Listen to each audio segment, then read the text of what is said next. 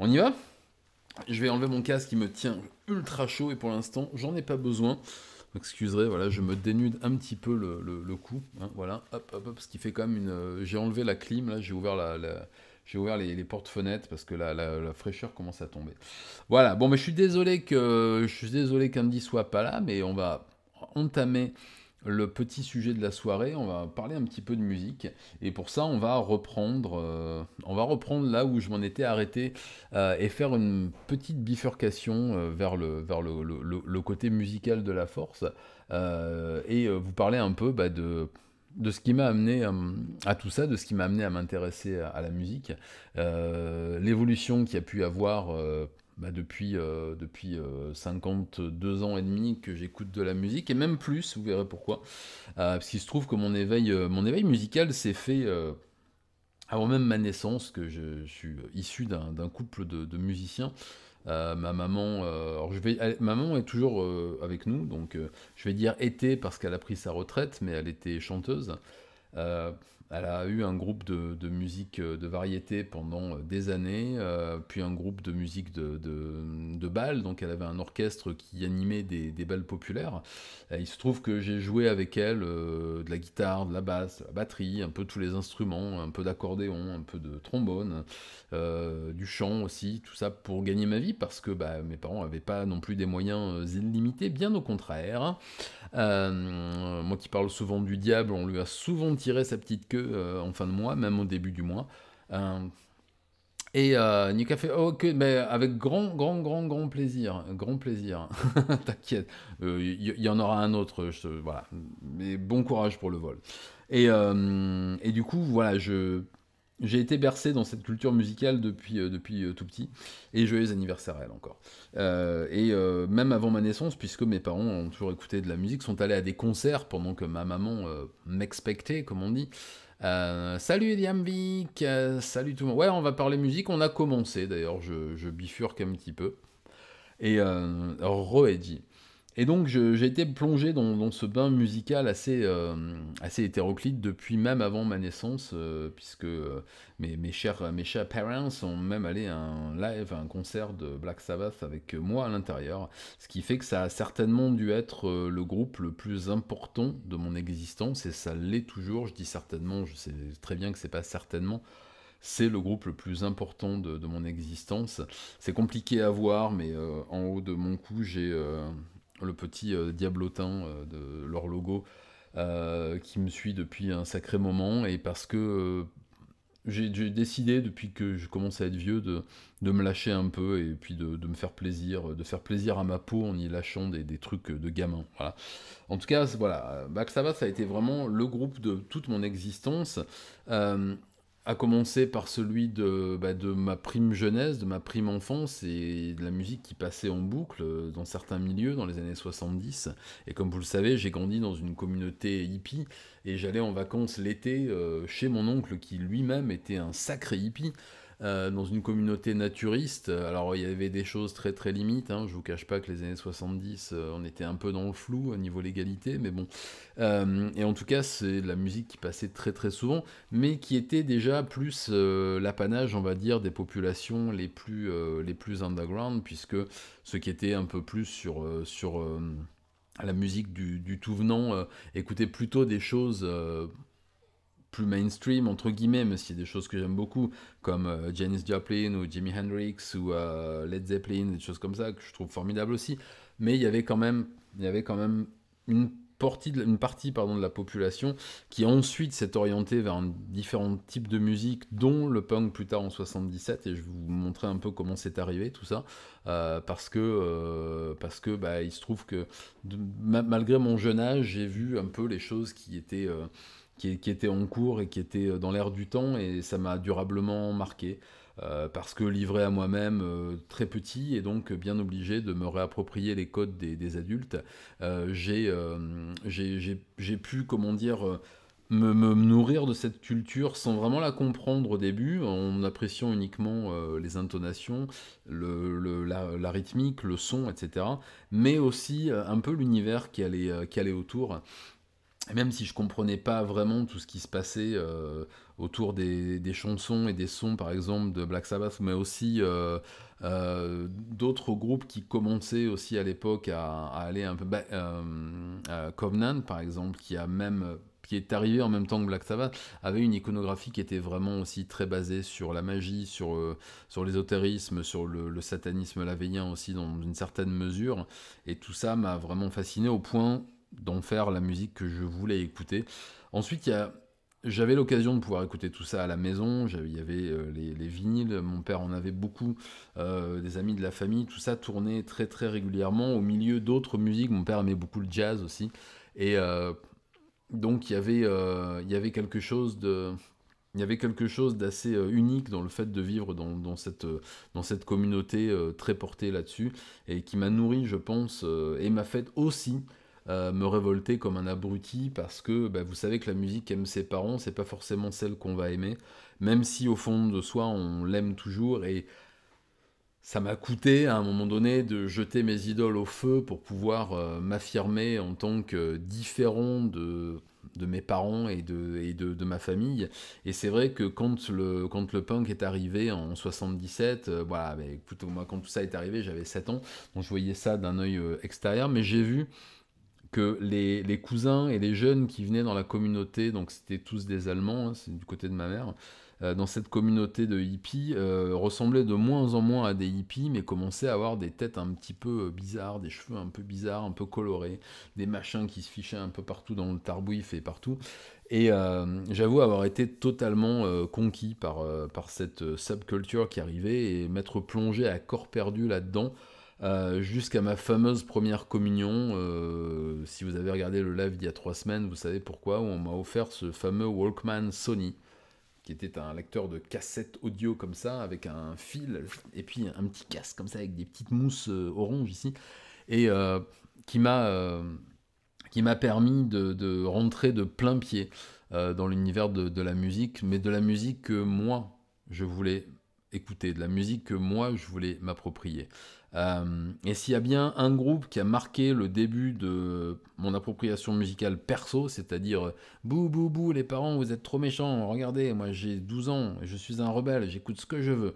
Je vous en ai déjà parlé, c'est le premier album de Motorhead que j'ai acheté en cassette à l'époque et que j'ai écouté en boucle et qui, donc on en parlait Lapin la dernière fois, donc c'était pas Ace of Spades, c'était une compile dont j'ai perdu le nom mais que j'ai en CD quelque part, mais pas en officiel, mais qui était basé effectivement sur les premiers albums. Toujours est-il que s'il y a vraiment un album qui m'a durablement marqué ensuite, que j'ai acheté à sa sortie, que j'ai écouté, poncé. Ouais, c'était une espèce de bootleg sans en être un vraiment. Disons que c'était une édition européenne plus ou moins autorisée à un moment, d'après ce que j'ai pu comprendre. Sans j'ai perdu la cassette, je suis vraiment atterré parce que j'aimerais tellement pouvoir la réécouter. Et je l'ai cherché. Je crois que j'en avais trouvé. Oui, non, j'en ai trouvé une sur Discogs il y a 2 ou 3 ans. Et le monsieur en voulait un prix prohibitif, comme tout sur Discog, de toute façon, c'est même pas la peine. Ah bah il y a du vent dehors, c'est pas du tout intéressant, mais il y a du vent dehors. Et du coup, le premier album que j'ai acheté vraiment à sa sortie et que j'ai vraiment poncé du début à la fin, qui m'a vraiment marqué, parce que je trouve, on va continuer à parler un peu de Motorhead, et on bifurquera sur Ozzy après, vous inquiétez pas, il est incontournable, mais je voulais vraiment terminer sur Motorhead, et continuer et terminer sur Motorhead, parce que c'est vraiment le groupe qui m'a fait passer de cet amour que j'avais pour ce punk rock naissant qui arrivait et qui inondait un peu l'Europe. Vous en aviez partout à l'époque, hein. Quand vous allumiez la radio ou la téloche à la fin des années 70, même si je ne l'avais pas, ça parlait punk partout, c'était vraiment ce qui allait tout révolutionner. Et effectivement, ça a été extrêmement formateur pour beaucoup, ça a été une bouffée d'air frais. Mais en tout cas, Motorhead a vraiment été cette espèce de passerelle. Et d'ailleurs, ce qui est marrant, c'est qu'à l'époque des premiers groupes punk, il n'y avait pas d'antécédents, donc il n'y avait pas encore de culture punk à proprement parler, à part ceux qui voulaient s'acheter des fringues de marque à Kensington Market à Londres, mais bon, ça c'était c'était vraiment le fait d'une petite infime minorité. Mais le seul groupe qui trouvait grâce au début aux yeux des punk rockers, c'était justement Motorhead qui faisait ce lien entre les deux. Et vous voyez qu'il y a beaucoup de groupes de l'époque, notamment Vice Squad. Becky Bondage, la chanteuse de Vice Squad, a souvent des t-shirts de Motorhead parce que c'était à peu près la seule référence qu'on pouvait avoir et surtout le seul type de sap qu'on pouvait se trouver. Voilà, petit aparté terminé. Je vais essayer de vous attraper. Il faudrait un petit peu de lumière. Si on mettait un peu de lumière, juste pour moi, le temps d'aller... Ça va vous cramer. Voilà, je vous le tourne un petit peu. Le temps pour moi d'aller quérir ce CD qui doit être quelque part. Alors je ne sais pas où il est. Bon, je me lève. Vous n'allez pas m'entendre pendant une minute. Parlez entre vous. Bon, je l'ai perdu. Ah bah voilà, ça commence bien. Ah, les lives bien organisés. Où est-il? Ah, ouais, là, comme ça. Je l'ai vu tout à l'heure. Je suis vraiment un abruti. Il est là. Oui, je sais, je vous offre mon postérieur, c'est pas très gentil. Voilà, je sais pas si vous le connaissez. Il est sorti en 1991, on va baisser un petit peu le son. Il est sorti en 1991, j'avais 20 ans. Et c'est vraiment un album qui m'a marqué parce que je vous le montre. Dites-moi si vous le reconnaissez. Non, personne ne le connaît. Bon, c'est dommage. C'est un album qui s'appelle 1916, 19, voilà, 1916, 1916. C'est vraiment, je trouve, enfin pour moi, c'est encore la grande époque de Viso, de Wurzel, de Filthy Phil et compagnie. C'est une période que j'aime beaucoup, beaucoup. Bravo, Lapin, bravo, Enoch, ouais. C'est une période que j'aime beaucoup, même si j'ai adoré la deuxième vague aussi. Avec, voilà, avec Campbell et son camarade, j'aime beaucoup cette période-là et euh, c'est vraiment l'album qui pour moi est le plus abouti dans la composition et dans la variété des morceaux puisqu'ils se permettent quand même un Love Me Forever, je sais pas si vous voyez ce que c'est une balade, voilà, une balade Motorhead, c'est quand même quelque chose d'assez rare pour être souligné, qui est vraiment, vraiment, vraiment exceptionnel. Moi, j'adore ce truc. Je suis pas très branché sur une balade, mais elle a vraiment une pêche. Et puis, on y ressent aussi tout ce que Lemmy a pu écrire ensuite pour Ozzy notamment. Et qui ressort un peu de toute cette nostalgie cachée que Lemmy a pu avoir toute sa vie, parce que sous ses aspects de rocker, voilà, Lemmy a toujours crié au début de ses concerts, on est Motorhead, on joue du rock'n'roll, parce que pour lui, il a joué du rock'n'roll toute sa vie, mais il a personnifié cet esprit rock'n'roll toute sa vie jusqu'à la fin, sans faire aucune concession à la vie, ni à la mode, ni à quoi que ce soit. Et je trouve que sur cet album, il a sorti à peu près tout ce qu'il avait, je trouve, le côté festif, le côté nostalgique aussi, l'écriture de certaines paroles qui sont vraiment touchantes, celle de Love Me Forever par exemple, je trouve vraiment très bien. Et puis aussi un aspect de Lemmy qu'on connaît peut-être un peu moins, à part si on s'intéresse vraiment à lui, c'est-à-dire qu'on regarde un peu ce qu'il a pu produire comme interview et comme Dog, je vous conseille aussi le film sur lui qui est vraiment vraiment très bien, qui s'appelle Lemmy, où il parle justement de son amour pour certains groupes, notamment un peu comme Peter Steele, dont on parlera aussi parce qu'il est incontournable aussi dans ma vie. Pour les Beatles et puis pour Elvis, qui ont été une véritable révolution pour lui. Il faut savoir que Lemmy était né avant le rock'n'roll. Et ça peut paraître complètement fou, mais il y a des gens encore aujourd'hui qui sont nés avant le rock'n'roll. Ma maman, par exemple. Voilà.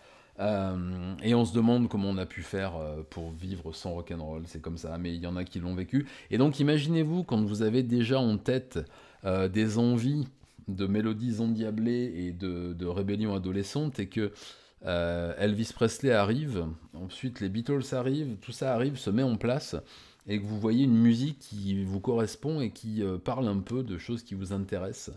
Euh, c'est une espèce de mélange de blues qui était assez inaccessible en Europe.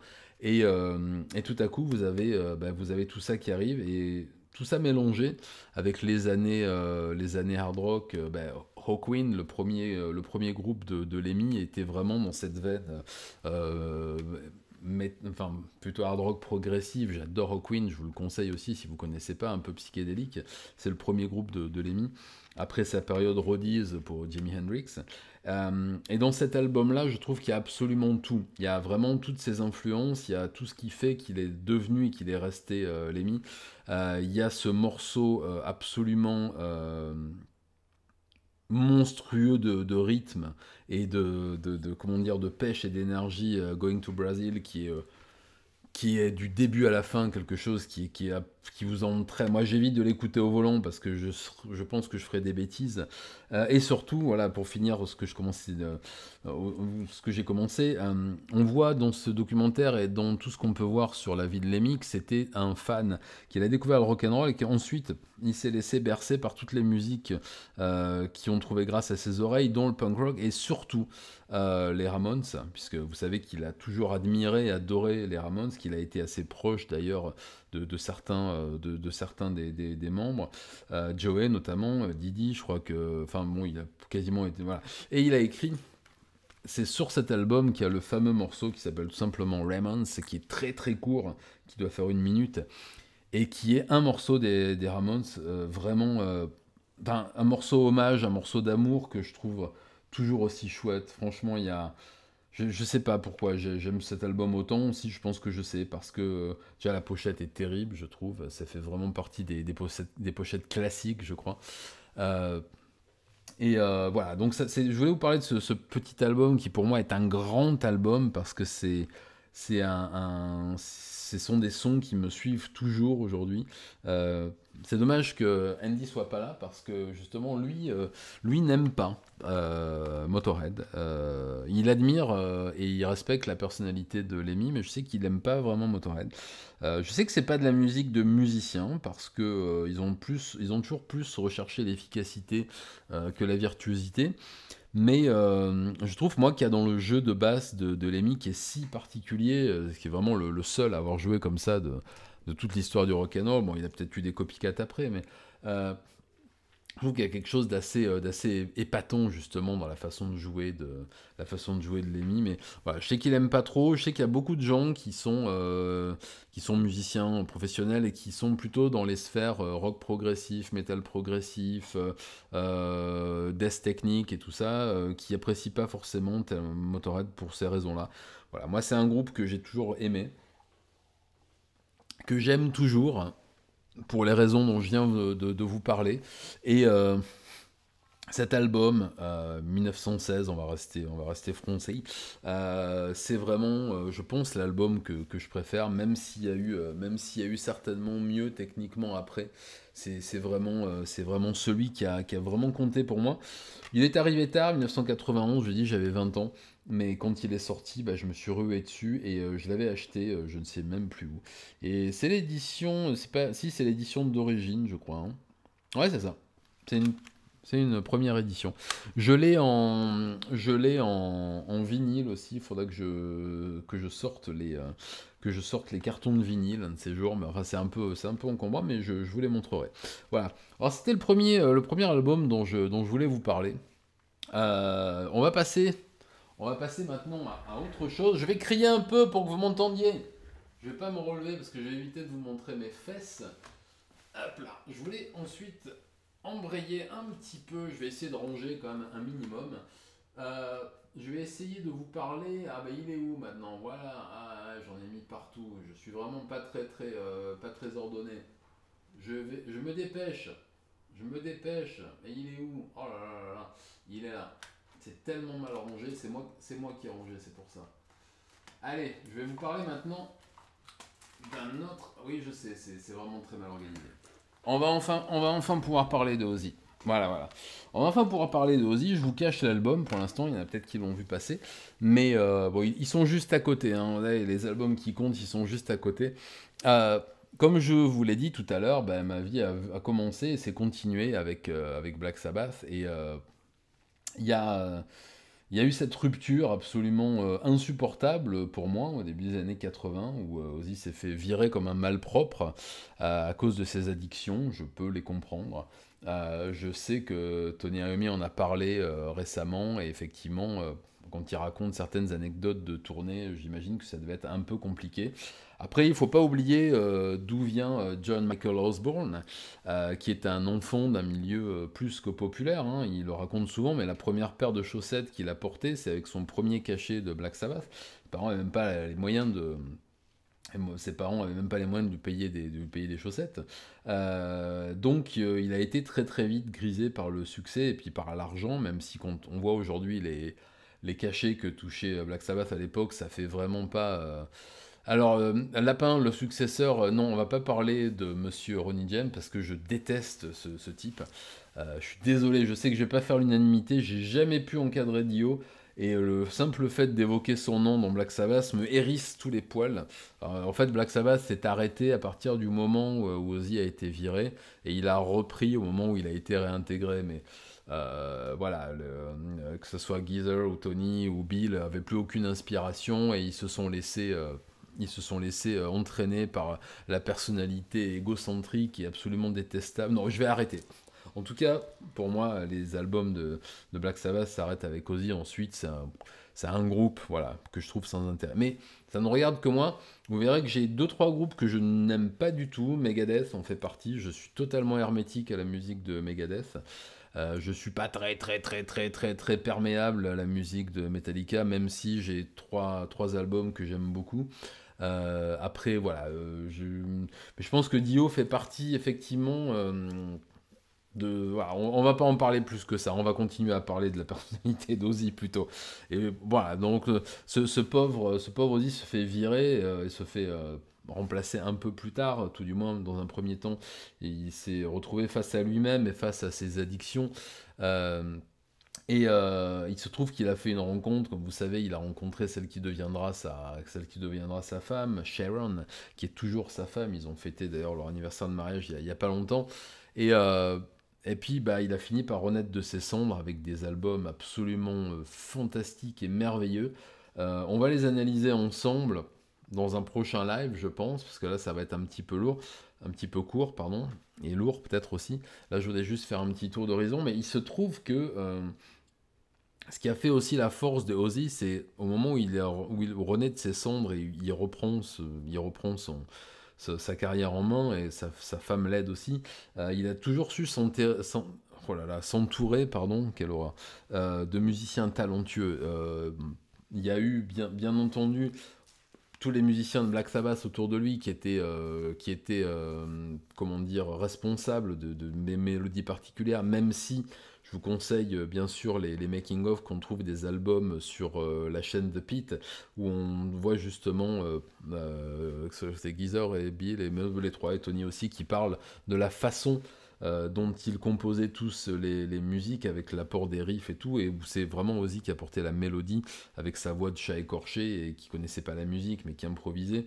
Et voilà, le fait d'avoir pris quelqu'un comme Randy Rhoads comme guitariste et compositeur quand il a repris la route en solo, ça a été aussi un coup de génie parce qu'il faut savoir il faut savoir s'entourer quand on a un groupe. Un groupe, c'est pas une seule personne. Et même si Ozzy a toujours été le frontman, il a toujours eu des gens de talent autour de lui. Malheureusement, vous savez, bah, Randy Rhoads a été victime d'un accident, aérien.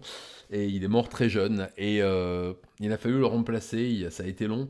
Mais il a fini par trouver, bah, pour moi, le génie de la guitare de ces 30 dernières années, Zakk Wylde, qui a quand même pas mal changé physiquement depuis quelques années, mais qui a été la pierre angulaire du renouveau et du revival qu'a pu connaître Ozzy dans les fin des années 90 et 2000. Et pour moi, l'apogée de cette époque, avec Robert Trujillo à la basse, et j'ai jamais su prononcer son nom, alors j'en fais des tonnes, comme ça fait croire, je fais exprès de faire des trucs débiles comme ça, mais je sais pas du tout comment c'est bon, je sais juste que j'adore ce type. Et Zach à la guitare, c'est un concert, j'étais là-bas. Voilà, vous vous doutez de ce que c'était, et pour moi ça reste, je pense, le moment le plus intense en concert que j'ai jamais vécu, avec peut-être le dernier live à Wacken de Type O Negative, je vous en parlerai, c'est l'autre groupe de ma vie. Allez, je vous le montre, je pense que vous le connaissez tous. c'est cet album live au Budokan de Tokyo de Ozzy, voilà, sur lequel justement bah, il est extrêmement bien entouré, hein, puisque il y a l'ami Zach et l'ami Robert qui sont là, et c'est pour moi le plus beau set qu'il ait jamais délivré. Je peux vous garantir que dans la salle, l'ambiance n'était pas à la hauteur parce qu'on était au Japon et que les spectateurs japonais ne savent pas se tenir dans les concerts de métal, c'est-à-dire que souvent c'est un peu tristos, mais ça chantait à tue-tête, il y avait quand même une espèce de communion générale qui était juste fabuleuse. Et je crois que j'ai pas dû fermer la bouche, non pas que je parlais, c'est que j'avais la mâchoire qui tombait pendant toute la durée de ce concert, qui est, ça aussi c'est une édition de l'époque, qui reste pour moi vraiment l'apogée de ce qu'a pu faire Ozzy sur scène. Il est disponible, hein, le live est disponible sur YouTube, en tout cas il y a beaucoup d'extraits qui sont dispo. Vous verrez que musicalement, c'est juste fabuleux. Enfin, ils sont quatre sur scène et c'est magique. Les parties de Zakk Wylde sont juste parfaites. Il n'y a rien à redire. T'as jamais écouté Enoch, je te le conseille vraiment tout de suite. Vas-y, tu l'écoutes de l'autre côté. Je voulais vous mettre des extraits, vous voyez, mais je pourrais pas parce que sinon le live va faire. Et donc ça m'embêterait. Et ensuite pour le rediffuser sur YouTube, ça va être impossible. Voilà. Mais en tout cas, je vous incite fortement à aller écouter cet album-là qui est vraiment magnifique. Enfin, j'ai toujours aimé les albums live. C'est vrai que j'aime bien la musique vivante. J'adore les concerts. J'adore. Ça paraît débile de dire ça, mais il fut une époque où c'était un peu compliqué d'aller voir des groupes en live. Et c'est vrai que ça reste pour moi, le meilleur album live de cette période-là. Je vous le conseille vraiment, vraiment chaudement. Et c'est un album qui a marqué pour moi vraiment une fracture entre l'ancien monde du métal des années 80-90 et ce qui commençait à monter en puissance à la fin des années 90, c'est-à-dire la, la, la, la pop... Comment dire, je trouve plus mes mots en français. Aujourd'hui, j'ai parlé de l'épée. Oh là là, ça va pas du tout. De l'effet Jean-Claude Van Damme là avec l'ami Julien en buvant des cafés. Et ça me revient aujourd'hui avec la démocratisation. Voilà. Merci de ne pas me l'avoir soufflé du métal dans le monde entier. On a vu un peu cette transition avec les premiers gros lives qui étaient réenregistrés, comme ça a pu se faire dans les années 70. Et pour moi, ça a vraiment marqué un tournant aussi dans la composition parce que la façon dont a écrit, bon, dans la façon dont a été écrit Down to Earth, qui est l'album qui sortait au moment de ce live-là, était aussi assez unique. Il a vraiment changé de registre pendant un moment et je trouve que ce petit virage qu'il a pris, c'est au moment où j'ai vu passer tout à l'heure la question sur The Osbourne Family. Je l'ai suivi, moi je vous en ai parlé la dernière fois, j'ai été un accro à MTV pendant des années parce que c'était le seul moyen pour nous de voir et d'écouter la musique qu'on aime. Et quand The Osbourne s'est sorti, je vous montrerai, j'ai tous les DVD. C'est honteux, mais c'est. Et j'adorais, bien sûr que j'adorais, même si je me tape totalement de la vie privée et de ce que font les gens que j'admire en dehors de leur création. Là, on plongeait dans quelque chose qui m'avait toujours posé question. C'est, mais alors, Ozzy, que j'admire déjà à l'époque depuis 30 ans, il fait quoi dans la vie? Et là, j'ai découvert celui que je pensais qu'il était, c'est-à-dire un quinca. À l'époque, il avait mon âge aujourd'hui, complètement déboulonné du réel, qui allait picoler en cachette, qui faisait n'importe quoi, qui dilapidait son pognon, n'en est absolument rien à faire, qui élevait ses gamins comme des petits abrutis. Heureusement, ils ont bien évolué aujourd'hui, mais on a envie de leur mettre des grands coups de batte de baseball à chaque fois qu'on les voit apparaître, surtout Jack, et Kelly aussi d'ailleurs. Amy a pas voulu figurer dans la série. Enfin, en tout cas, c'est sorti en même temps pardon, que cette série. Preuve que on va dire je sais pas comment on peut dire sans être péjoratif, mais la population, allez, on va dire, dans une faction un peu plus large, commençait à s'intéresser à cette musique, et donc ça devenait rentable de produire une série sur un des papes du métal, et c'est ce qu'ils ont fait avec la série The Osbourne Family. Je vous la conseille, il y a des classiques, hein, je veux dire, il y a des phrases cultes dedans, il y a vraiment, vraiment des phrases cultes à tout point de vue. Ne serait-ce que le Sharon, quand il appelle sa femme, je l'ai eu en sonnerie de téléphone pendant 15 ans. Hein. Alors, Liam Vick, tu me dis t'es pas fan de ce genre de série, moi non plus, c'est la seule que j'ai vue, si, avec Meet the Snyder, la série sur Dee Snyder, qui valait son pesant de cacahuètes aussi, mais je dois dire que c'est assez drôle de voir Ozzy faire toutes les choses qu'on imagine au Rockstar. Ouais, mais c'est ça, en fait, il fait rien de normal, c'est ça qui est admirable. Et il a surtout comment on dit, des punchlines qui sont absolument... Quand il arrive je crois que c'est au Texas, il descend de son avion, il prend cette espèce de caddie de golf, et il voit qu'on lui a mis des canons à ballon et à bulles, et il se met à hurler, en gros, mais qu'est-ce que vous foutez des canons à bulles? Je suis le prince des ténèbres, bordel. Rien que ça, je trouve... Enfin, voilà, bon, vous allez me dire, il est complètement crétin aujourd'hui. Auréal, bonsoir, salut et bienvenue, bienvenue. Je crois que la série est dispo sur YouTube. Ah bah c'est possible, c'est possible. Celle sur Hulk Hogan, je l'ai pas vue du tout, et pourtant j'aime beaucoup le perso aussi. Donc voilà ce que je voulais vous dire sur ce petit album là, qui pour moi est un grand album. Je dis, ça fait 2 très vieux albums, mais on va pas parler de choses très récentes ce soir. On en parlera peut-être un peu plus tard. Je vais essayer de monter un peu la lumière sans que ça vous crame. Ouais, comme ça, c'est bien. J'ai pas encore rapatrié mes éclairages. Là, je suis vraiment sur un truc à LED vraiment très moche. En tout cas, ça fera le boulot pour ce soir.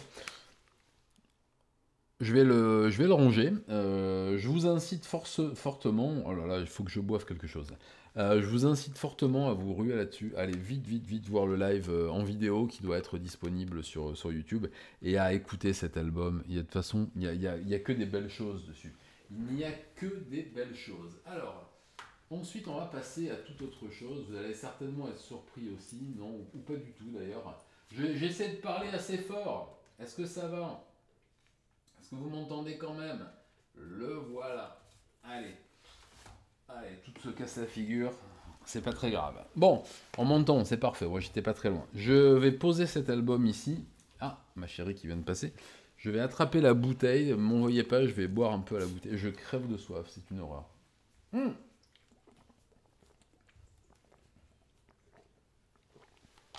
Merci ma chérie. Bon, on va faire un petit break. Promotion, puisque, hop, elle me l'amène en plus. Merci. Vous le savez peut-être, la version anglaise de mon premier livre, oui, instant promo, c'est ça. La version anglaise de mon premier livre, Satsudin, donc le premier, qui était sorti chez Camion Noir il y a 3 ans, vient de sortir en anglais. Non, elle est là, la caméra en fait. Vient de sortir en anglais chez Cyril Pleasures Publishing, je fais tout à l'envers. Donc la maison d'édition, de mon avis... c'est la pub, avec la voix c'est mieux. Oui, pourquoi on m'entend plus? Mais si, on m'entend. J'ai mon retour nickel. Donc la maison d'édition de mon camarade Nico Clos. Voilà, une très belle édition. J'ai fait un petit vlog dessus. Je vous le remontre un petit peu là ce soir. Édition cartonnée, bien sûr. Magnifique édition cartonnée. Avec un papier absolument splendide. Voilà. Avec une iconographie assez riche, hein, alors qu'il n'y avait pas du tout de photos dans la version française. Quelques petits rajouts de ma part sur certaines affaires. Tout ça pour un prix très doux, hein, que je n'ai plus en tête. Je crois que c'est 35 euros. C'est le même prix quasiment que les pubs que les pubs. Ouais, je suis en train de lire en même temps tes messages, Liam Big. C'est pas malin, hein, tu me fais dire n'importe quoi. Que les livres en français. Voilà, mon dernier livre est à 32. Donc si vous avez envie de faire des cadeaux à vos amis anglophones, un concert, ruez-vous dessus. Franchement, l'édition est super belle, elle est vraiment chouette. Enfin, quand j'ai vu l'objet sortir, oh là là là, comme j'étais content. Et Nico a fait un super boulot. Ah, merci Viola. Oui, merci beaucoup. Bah, mes compliments aussi pour ton boulot. Je vais pas tarder à le recevoir. Je ne le connais qu'à travers ce que j'en ai vu à l'époque. Mais voilà, je vais certainement en parler très vite. Donc voilà, je suis vraiment content de cette sortie. Il se pourrait que les autres sortent petit à petit. Non, on a fait ça en commun avec Madame Nico, que vous ne connaissez pas, mais voilà, et moi-même. Donc allez-y, Satsudin le premier, en version anglaise, augmenté, amélioré, avec de l'icono partout, et franchement il est très bien, c'est un bel album, grand format et tout. Un beau livre pour Noël qui fera plaisir aux petits et aux grands. Satsujin, un Japanese Murders and Serial Killers by Sir Pleasures Publishing. Ok, allez hop, on passe à la suite. Après le petit instant promo. J'ai plus rien à boire, ça va être catastrophique et je peux pas aller en kikiner ma chérie. Bon, mais au milieu de quoi ça. Bon, mais... Voilà, bon, je suis désolé, j'abuse un peu de ma... J'abuse un petit peu de ma position de mec qui travaille. Bon, mais ma chérie travaille aussi. Ouh là là, attendez, me faites pas dire ce que j'ai pas dit. Merci ma chérie. On va passer à la suite. Comme vous le savez, donc on vient de parler un petit peu d'Ozzy. On fera un live entier sur Ozzy une fois, si ça vous intéresse. Parce que, oui, je sais que vous le connaissez, mais enfin, il fait quand même partie de moi un peu partout sur mon corps, dans plein d'endroits. Je suis un sale gamin. Ah, les gars, merci. Elle est fraîche en plus, ma chérie bien sûr. Et l'eau. Je mets mon vieux verre par terre. Hop. C'est pas très sympa de boire en direct comme ça, mais écoutez-moi. Alors, je vais dire deux trois petits coms et ensuite on va passer au groupe d'après. Liam Vick, blague à part, j'ai montré des petites cousines qui regardent avec leur mère enquête criminelle, etc. Tes vidéos. Ah ouais, d'accord. Bah écoute, après, je pense pas que mes vidéos soient particulièrement traumatisantes, enfin en tout cas visuellement. J'essaie d'être quand même le plus modéré possible. Et puis ce qui m'intéresse, vous le savez, c'est que... Ah, salut la bicoque, coucou. Ce qui m'intéresse, c'est le propos plus que la monstration. Et un live tattoo, ouais, bien sûr que c'est jouable. Ce sera même jouable avec des camarades tatoueurs. Voilà, je pense qu'on pourra se faire ça un de ces soirs. Tiens, bah on va faire une petite pause là-dessus, justement. Vous avez vu, donc j'ai une chaîne secondaire qui s'appelle All Tires, qui est dédiée aux automobiles. On est en train de construire, on va dire, une Mercedes Evo 2 à partir d'une 190.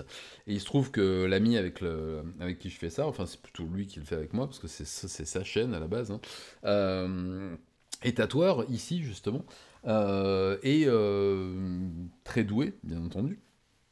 Et il se trouve que j'ai un autre camarade ici qui est tatoueur aussi, Egon Weiss, qui est un jeune tatoueur vraiment, pardon, je sais, très doué aussi. Hadri, salut, coucou tout le monde. C'est ça, ouais, Altair, Tony, il est tatoueur de métier, ouais, c'est son... Et donc cet autre camarade, donc il y a Tony, de Tony Stark Tattoo, qui est avec moi sur la chaîne, et qui est un vieil ami aussi de 7, 8, 9 ans peut-être maintenant. Donc un autre tatoueur qui s'est installé ici, Egon Weiss, je vous conseille d'aller voir son travail sur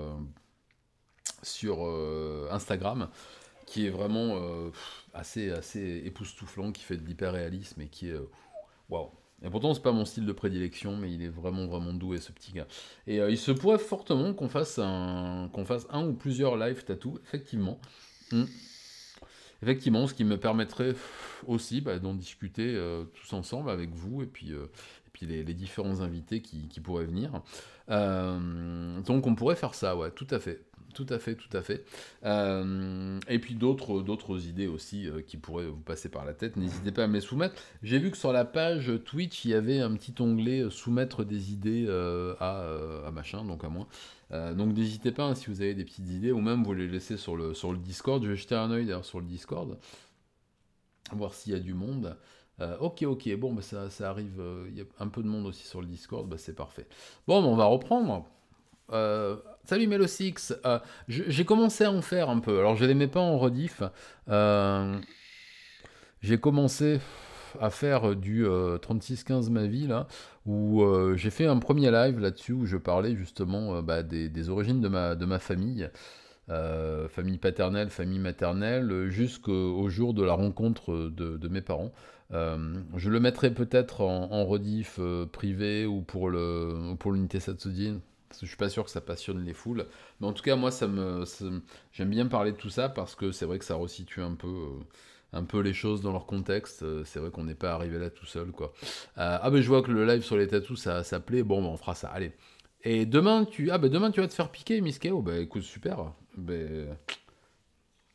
Éclate-toi bien. Je dis jamais bon courage, parce que pour moi, il faut pas de courage pour aller faire un nouveau tatouage. Il faut juste avoir envie de s'amuser, parce que c'est toujours un vrai bonheur de se faire piquer. Enfin, moi, j'ai une espèce d'addiction malsaine, je pense, depuis 37 ans, bientôt, 38 même, à la douleur supposée des aiguilles qui rentrent sous la peau. C'est bizarre, mais c'est comme ça. Je pense que c'est le cigare là-haut qui a dû développer des liaisons un peu bizarres. Ouais, c'est ça, c'est du racontage, du live racontage de vie, c'est ça. Bah, je te remercie. Mais je vais recommencer, je vais continuer, hein, pas recommencer, je vais continuer. Ouais, les live Twitch disparaissent, mais je les ai, hein, je les ai tous, je les archive tous, les lives, donc il se pourrait que je puisse les remettre en rediff plus tard. Voilà. Ça reste ultra thérapeutique de se faire tatouer, clairement, mais aussi que je suis tout à fait d'accord avec toi. Moi, dans les moments de ça va pas, dans les moments de ça va très bien, il faut quand même que j'y aille, parce que puis c'est un moment aussi où on se retrouve entre quatre yeux avec son ami tatoueur. Moi, je me suis toujours fait tatouer par des amis parce que je veux pas me faire tatouer juste pour le plaisir de me faire un nouveau truc. Je m'en fous à la limite. Ça a même été souvent improvisé, hein. C'était souvent une soirée où je passe voir un ami dans son salon et puis il me dit bah tiens j'ai un client qui s'est désisté. Ça te branche et les aiguilles sont montées. Tu fais allez vas-y je sais pas. Ah bah tiens allez on va faire ça. Tiens, tu trouves un petit trou quelque part, pouf pouf, et puis ça reste, euh, ça reste une activité comme une autre, quoi. Et pourtant, vous verrez que j'ai un point de vue là-dessus. J'avais fait un petit vlog sur le tatouage, justement, où j'en parlais. J'ai un point de vue sur le tatouage qui est peut-être un petit peu particulier, mais je vous réserve mon point de vue pour un vlog, pour un live, pardon, dédié. Euh, Tu t'es fait tatouer dans plusieurs pays. Oui, mais moi aussi, et c'est vraiment chouette parce que c'est ça, c'est totalement différent. Moi, je sais que j'avais tenté le tatouage de rue à Taipei, à Taïwan. Je n'étais pas ultra rassuré au début, et puis bon, avec deux trois bières, après, on commence à se mettre en confiance un petit peu. Voilà. Non, non, Freaky Willy, j'ai vu un peu, non, mais après, c'est pas une performance, tu sais. Moi, je sais qu'il s'est fait faire ces trucs dans un laps de temps assez court. C'est un truc qui me gonfle un peu. Je vous réserve mon avis sur le sujet pour un live dédié. Allez, on va continuer sur la musique, sinon je vais complètement divulgacher ce que je vais vous dire dans ce live-là.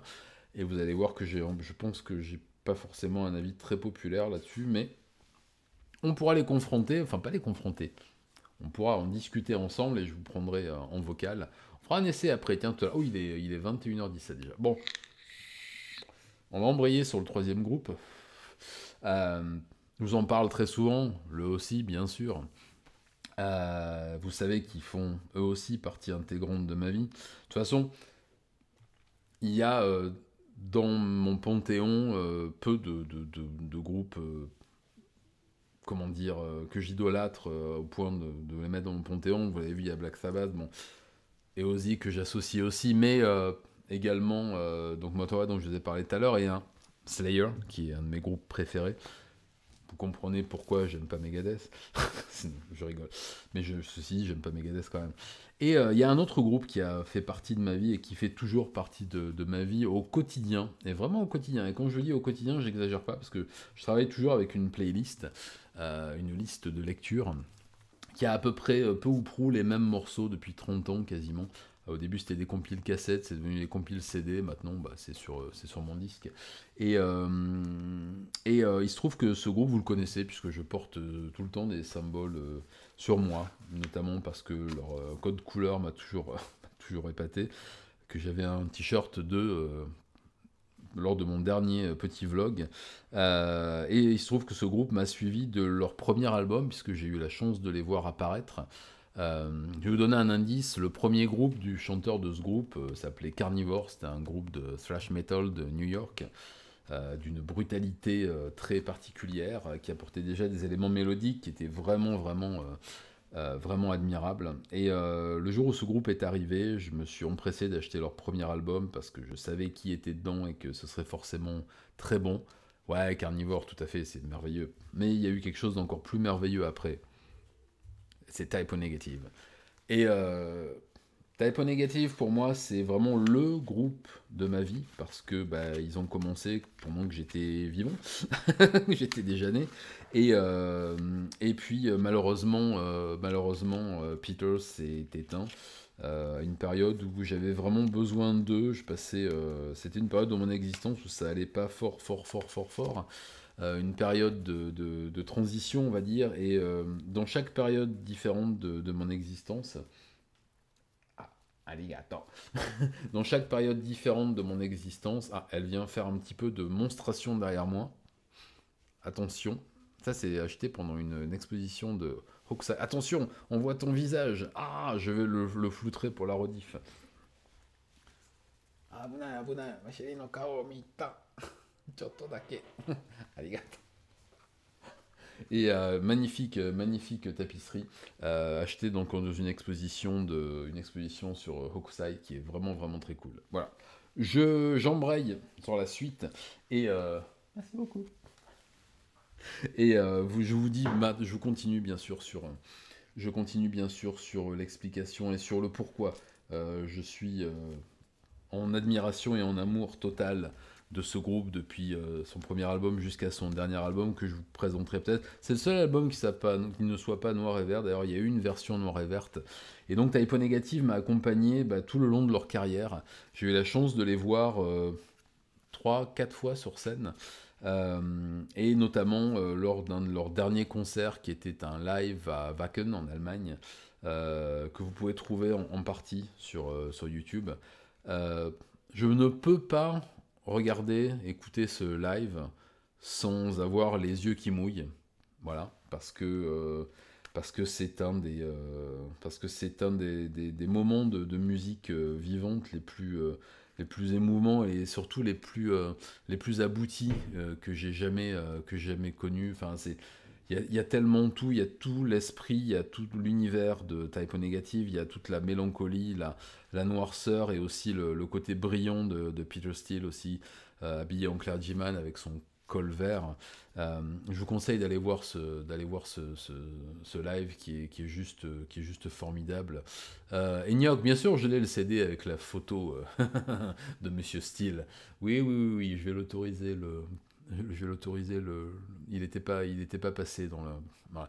Lapin, je crois qu'ils l'ont écrit. Voilà.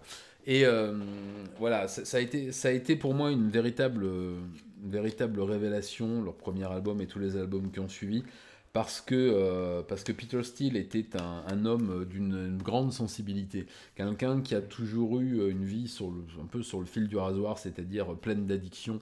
Et l'homme d'addiction que je suis n'a pu que rentrer dans l'univers de Type O Negative parce que il y avait une fois de plus toute la brutalité de la musique derrière qui était vraiment une espèce de métal lourd et gras sans concession, avec une espèce de légèreté un peu gothique par-dessus, avec cette espèce de noirceur romantique qu'on retrouvait dans la voix de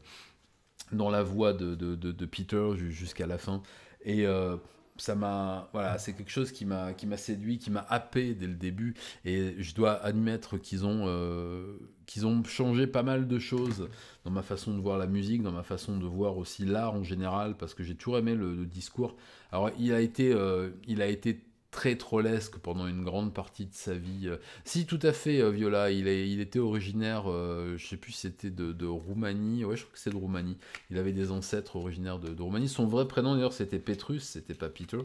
Tout à fait. De toute façon, il avait un faciès très européen de l'Est, on va dire, une taille aussi assez XXL, des canines assez proéminentes. J'ai toujours aimé la figure de Peter Steele, que ce soit la figure artistique et tout simplement la personne qu'il était. Il a toujours eu ce côté un peu trollesque, ce qu'il était capable de faire. Ils étaient capables de faire des pochettes, effectivement, The Origin of the Faces, avec une photo de son fondement en gros plan, et ensuite de pondre des couvertures extrêmement touchantes, avec un romantisme noir très marqué. Et c'est ça aussi que j'ai aimé chez eux, que j'aime toujours. Et puis je trouve que musicalement, c'est un aboutissement, que la voix de Peter est absolument magique. Voilà. Vous verrez qu'on s'est permis de toucher un peu à leur patrimoine dans l'album qui arrive là. Mais c'était vraiment parce que je pouvais pas faire autrement. Je suis touché par les paroles de tout ce qu'ils ont pu écrire, je suis touché par tout ce que Peter a pu écrire, je suis touché par ce qu'il a été, je suis touché par sa mort aussi qui est arrivée, comme je l'ai dit, à un moment où j'avais pas envie qu'il meure, et j'ai toujours pas envie qu'il meure. On n'a jamais envie que les gens que vous aimez meurent.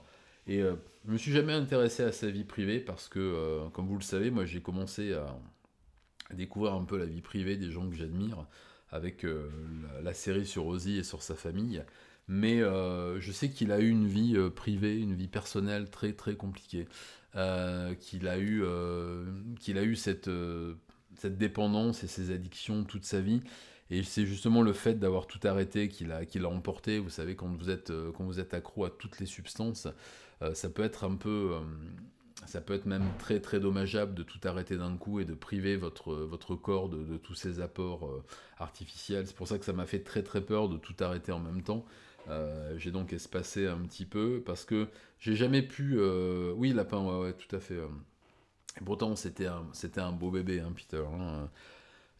Mais bon, quand le corps ne veut plus, il ne veut plus, et le sevrage brutal comme ça n'a rien arrangé. Et leur dernier album était sorti peu de temps avant. Un album vraiment, vraiment génial. Bon, je vais vous le montrer, j'arrête pas de vous en parler, je remettrai mes trucs en place plus tard. Attendez, je vous attrape ça. Mélange d'origine polonaise, ukrainienne et scandinave. Oui, c'est ça, oui, c'est ça, pas roumain, non, c'est ukrainienne, ouais. Mais je pense que comme tu dis, là, je vous attrape leur dernier album, il y a tout qui va se casser la figure. Ouais, ouais, c'est pas grave. Et un album dont je déteste le titre parce qu'il est sorti juste avant sa mort, mais en même temps l'album est absolument génial. C'est celui-là, Dead Again, avec Rasputin sur la pochette. C'est un album vraiment, vraiment, vraiment chouette. Vous voyez, ils ont pris des photos voilà, dans cette position très délicate, on va dire. Et sachant qu'il est mort quelques mois plus tard, je regarde toujours cet album avec un peu de... Ouais, voilà. C'est un album absolument magique, un petit DVD avec un petit DVD live qui est vraiment très très chouette. Euh, je trouve que Type O Negative fait partie de ces groupes qui s'est bonifié avec le temps. J'ai toujours préféré... j'ai toujours préféré les albums récents des groupes que j'aime, à de rares exceptions près. Je pense que c'est un truc de musicien à mon petit niveau. J'ai toujours été comme ça aussi. Je préfère toujours les choses récentes que j'ai pu produire. Et j'ai toujours préféré effectivement les albums les plus récents des groupes que j'aime. C'est comme ça. Je trouve que au fur et à mesure, ben, le talent, l'art se bonifie, prendre de l'envergure, prendre du recul aussi. On a géré et digéré toutes ces influences et cet ultime album est l'aboutissement absolument génial de tout ce qu'ils ont pu faire pendant toute leur carrière. Je suis vraiment, vraiment très très très très fan de ce dernier album. Et je vous ai sorti Life is Killing Me. Alors, vous voyez, c'est toujours des titres très très très très joyeux, parce que lui aussi, c'est un album qui est sorti à ce moment de renouveau un peu du paysage musical un peu partout. Et c'est vraiment un des albums que j'ai écouté en boucle, en boucle, en boucle, en boucle avec mes amis. À l'époque, on était à fond de jeux de rôle, on jouait tous les week-ends et même parfois la semaine. Et on faisait beaucoup de wargames aussi, beaucoup de Warhammer 40 000, Warhammer tout court, Epic 40 000, Warhammer Quest et compagnie. Et aussi pas mal de jeux de cartes à figurines, genre Confrontation et tout ça. Et du jeu de rôle sur table aussi. Moi, j'étais master à un jeu de rôle un peu bizarre qui s'appelle Culte, K-U-L-T. Voilà, qui n'était pas encore dans sa version qu'avait ressorti, je crois que c'était Asmodée il y a une vingtaine d'années, qui était encore une version un peu ancienne, qui était très très basée sur les univers, les univers assez proches de Hellraiser et tout ça. Et sinon, on jouait à Dungeon and Dragon avec mes amis, enfin ADD, on jouait avec les règles de Advanced. Donc on était des satanistes, hein, comme vous savez. Euh, et il se trouve que Typo et d'autres groupes, c'était pour moi la bande originale parfaite pour jouer à Culte, qui est vraiment le jeu de rôle que j'ai préféré masteriser parce que ça pouvait partir. Tu connais Aliamic? Ah, formidable. Ah ouais, c'est vraiment génial.